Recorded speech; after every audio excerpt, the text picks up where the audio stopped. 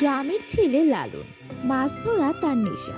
কিভাবে মাছ ধরার নতুন কৌশল বের করা যায় আর কিভাবে সহজে মাছ ধরা যায় এইসব নিয়ে তার দিন পার হয়। একদিন লালন ভাবলো, প্রতিদিন তো নদীতে মাছ ধরি, আর জঙ্গলের ভেতরে ঝিলটাতে মাছ ধরতে যাব। এই ভেবে লালন হাতে বড়শি আর পাতিল নিয়ে বাড়ি থেকে বের হলো। এরপর জঙ্গলের ভেতর দিয়ে যেতে যেতে ঝিলটার কাছে পৌঁছে গেল।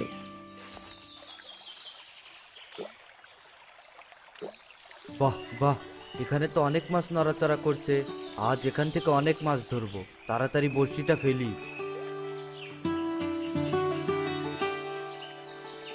না, এত সময় হয়ে গেল, এত মাছ থাকার পরে বড়শিতে কেন মাছ ধরছে না, কিছু বুঝতেই পারছি না।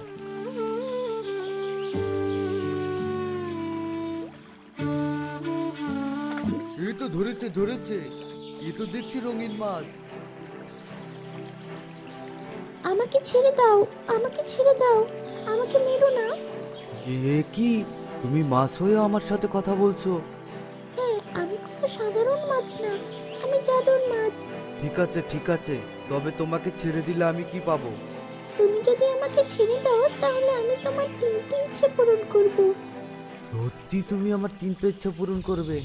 হ্যাঁ সত্যি, তুমি শুধু তোমার ইচ্ছের কথা বলো। ঠিক আছে ঠিক আছে, আমার প্রথম ইচ্ছা, আমার এই পাতিলটা মাছ দিয়ে ভরে দাও। ঠিক আছে।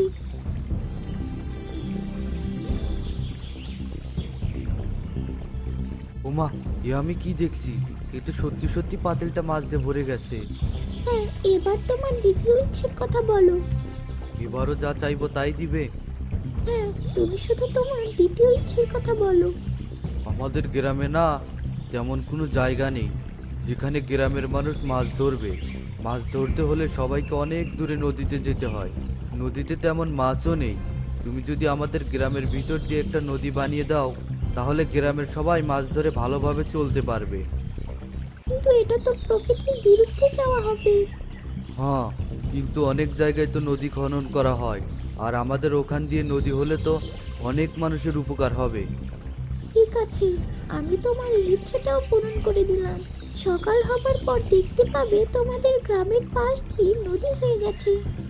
সত্যি সত্যি আমাদের গ্রামের ভিতর দিয়ে নদী হয়ে যাবে?